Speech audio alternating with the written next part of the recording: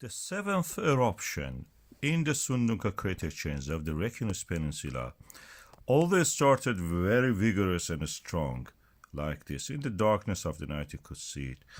And I've speeded up, of course, here the video around 8 times. You can see that it has, over time, greatly reduced in activity. What that means is that the volcano in this stage, the output of it is reduced, but the input from the underneath to the reservoir of the magma is actually building up and adding to the reservoir. We are seeing it in the GPS data. They measure the distance between the ground and the satellites directly by the speed of light. You can shine a laser or visible light. What that means is that the input is constant or slightly increased, output decreased, so the ground swells up. It inflates practically the ground.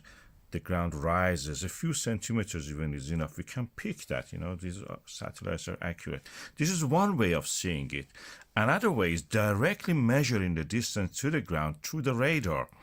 And with the radar, we have the advantage that it can work in the night and it can work through the clouds. So we are measuring the distance to the ground in the line of sight, in the same position in the sky. And then we can compare these images that we build up with the radar to build this such a colorful image. Of course, these are false colors, but it just shows the amount of the rise in the ground. And the latest image that we have shows that the ground at the Svartsengi volcanic system, which is slightly to the west of the Svartsengi geothermal power plant, is starting to swell up, coming up, and like a bladder, practically pushing up to the ground, not just upward, but also sideways. That means the Grindavik, this is the GIC Rift Valley, this is the name I've given to it, is also shrinking slightly.